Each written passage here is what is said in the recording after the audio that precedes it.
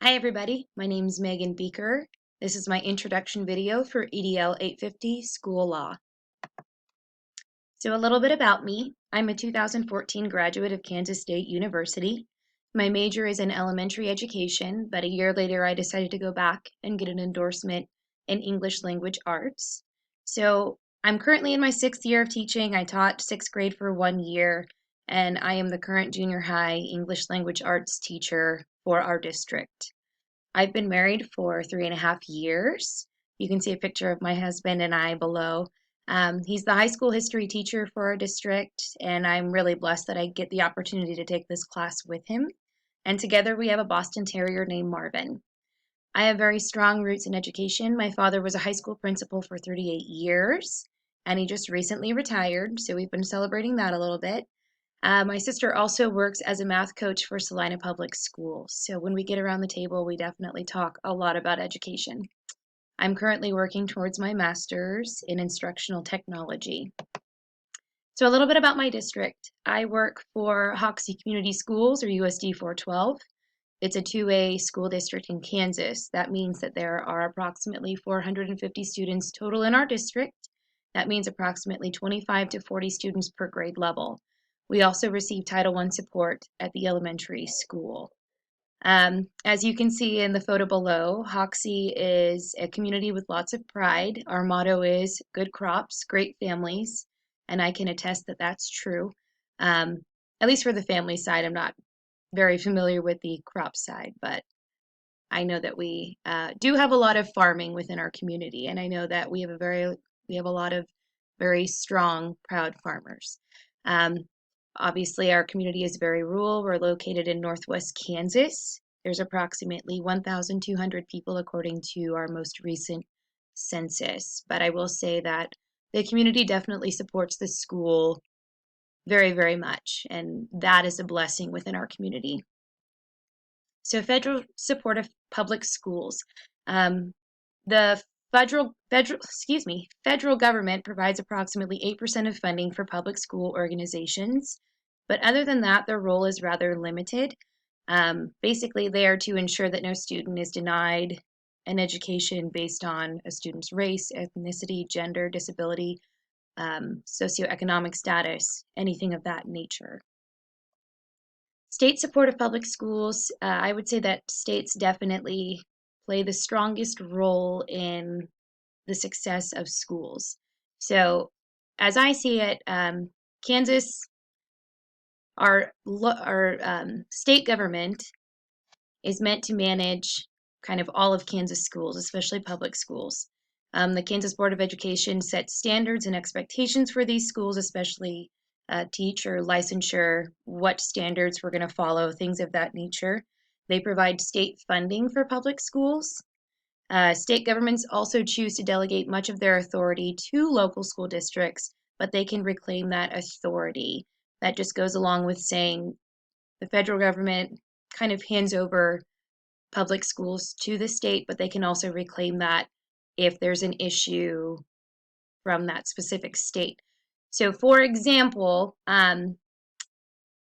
we were recently issued as Kansas teachers a mandate that all Kansas schools will cease face-to-face instructions and buildings will be closed for the remainder of the 2019-2020 school year due to the COVID-19 pandemic. So they did provide some guidance. They provided a guidance packet for that, but they essentially told us you need to close your doors and you need to learn, or you need to figure out how you're going to teach these students in remote ways. So that's kind of where they told the local federation, I'm sorry, this is what you're doing, and set a mandate for that. Local support for public schools. We have a district board of education, and these members are selected via an election. The Board of Education must follow the guidelines and standards selected by the state and federal government. From these guidelines and standards, the District Board of Education then creates policies and rules that will fit our unique school. Property tax also contributes towards local funding for public schools. So I made this flow chart to kind of emphasize how this all works. So the federal we're talking United States Department of Education. Um, the Secretary of Education then is the one that makes sure that everything is run smoothly through the United States Department of Education, and that is Betsy DeVos. At the state level, Governor Kelly works closely with the Kansas Department of Education. The Kansas Board of Education then appoints a Kansas Commissioner of Education, which is Dr. Randy Watson. So he kind of responds to and keeps track of what's going on within the Kansas Department of Education, as Secretary DeVos does for the United States Department of Education. And then trickle down from that, for local, we have our USD 412 Board of Education. Our superintendent, Jim Howard, responds to that Board of Education and is in charge of keeping our district on track. Our building administrator, which would be our junior senior high principal, is Mark Wildeman, who responds to Jim Howard, as well as the USD 412 Board of Education. And then obviously teachers and staff respond to building administration, superintendent, as well as Board of Education. So for federal, the U.S. Department of Education just ensures that all nationally funded education programs are of equal opportunity. So they follow the Equal Opportunity Acts for employment. They provide equal opportunities for all students and meet the requirements of the United States of America, or the set requirements for the United States of America. The Secretary of Education kind of works as a liaison between the President of the United States and the U.S. Department of Education. They're responsible for guiding activities that the U.S. Department of Education puts into place. All positions at the federal level are paid. They do provide some funding for schools, but passes this power to the state according to the 10th Amendment of the U.S. Constitution. At the state level, I took this quote directly from the Kansas State Department of Education website because I think it really covered everything that the Kansas Department of Education is in charge of. So it's in charge of education, standards and assessments, special education services, child and nutrition wellness, title programs and services, career and technical education, and financial aid. It's kind of Kansas's motto that we want to create global leaders. And so we want to make sure that Kansas children with have equal access to quality, high-level education that promotes student achievement and prepares all students for global success. The Commissioner of Education acts very similar as the Secretary of Education does at a national level, and just basically is responsible for the day-to-day management of what the KSDE is doing. All of these positions are paid, and I would say that the state holds the most power over public schools. At the local level, our local district Board of Education is in charge of hiring and the evaluation of our superintendent, building administrators, not really specifically teachers. Hiring, yes, but evaluations are performed by the superintendent and the building administrator. They create policies for school within the district, and they follow state guidelines to assure accreditation.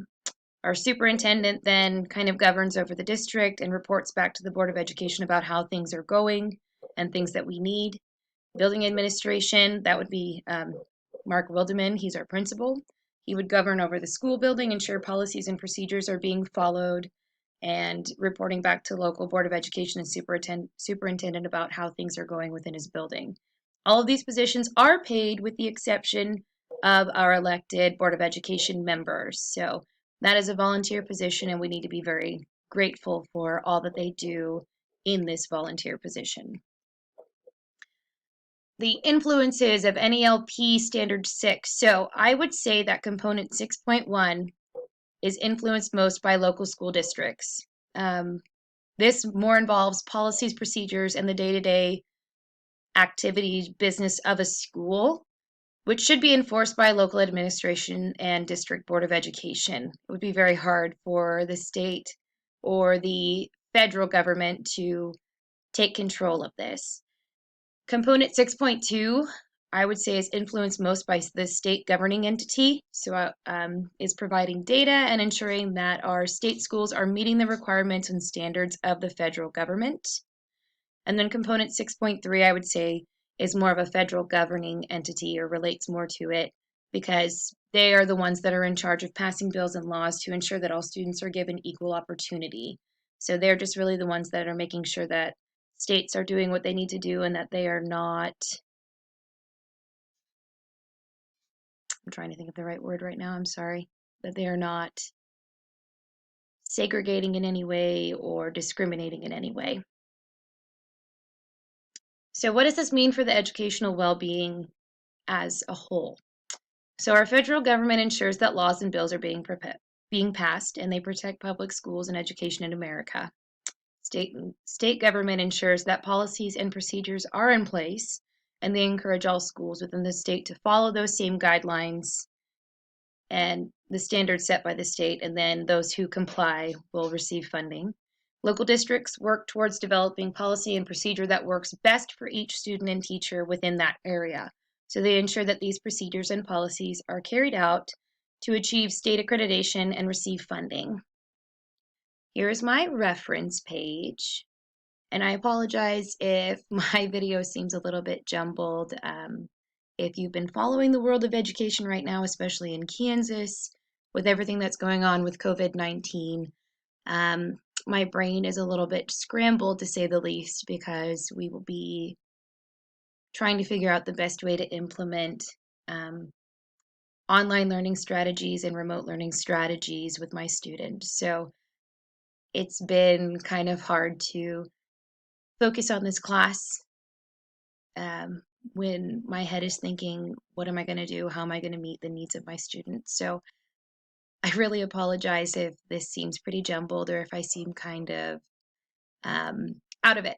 So thank you guys so much. I look forward to hearing back from you all as well. I'm excited to learn a little bit more in this class, especially with the ongoing pandemic that's happening, and I look forward to learning more. Have a great day, everybody. Thanks.